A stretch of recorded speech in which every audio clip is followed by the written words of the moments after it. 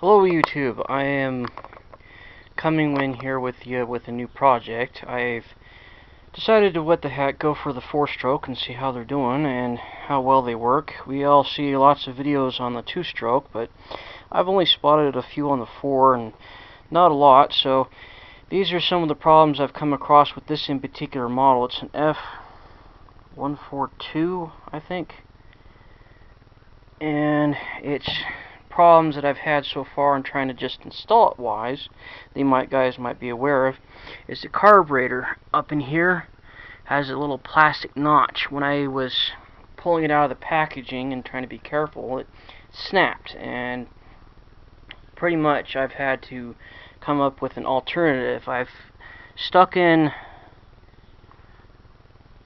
I think if I rotate it this way, I stuck in a bolt right here, grounded it down in half and tapped it with a tap and die set, and put in pretty much a flange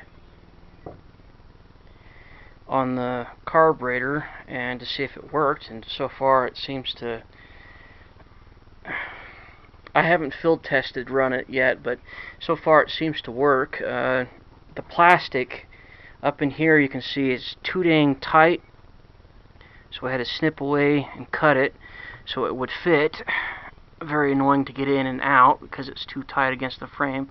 I have tried adjusting it down here along the bottom to go forward. I've also tried adjusting the bolts to see what there was, and well, that's kind of also crap too. So one other thing that I've added on to this set, you can see down here for the spring tensioner, I added in a UE, a piece of metal, grounded it down to half of what I needed, and drilled the holes for it to help hold this in straight so it doesn't move back and forth like you see with most spring tensioners that come with the kits.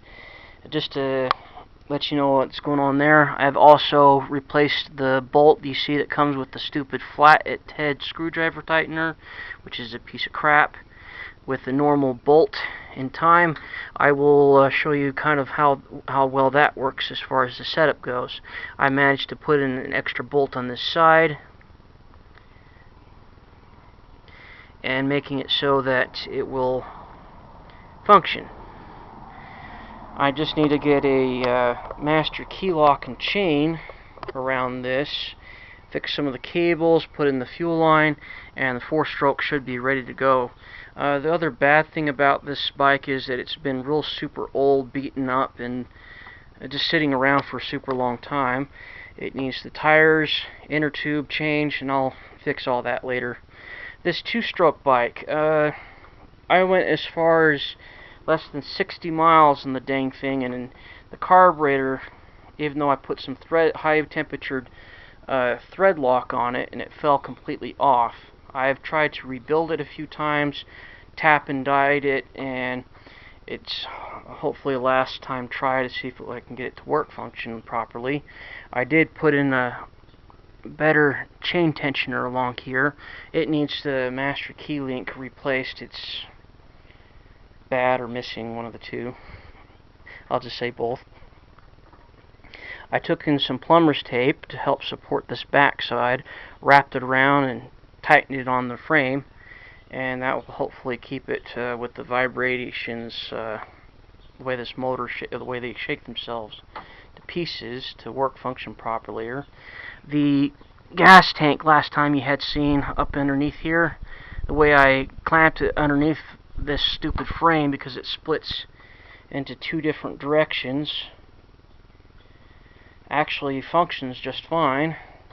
The carburetor, because it's been sitting around for a while, I might have to pull that off and fix it, replace it with a better one.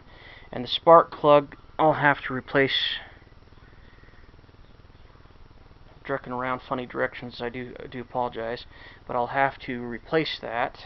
And as things come along, I'll let you know as far as the 2-stroke and the 4-stroke go. I appreciate you watching, and hopefully if you have any pinpoints on what you like or don't like, let me know, and take care.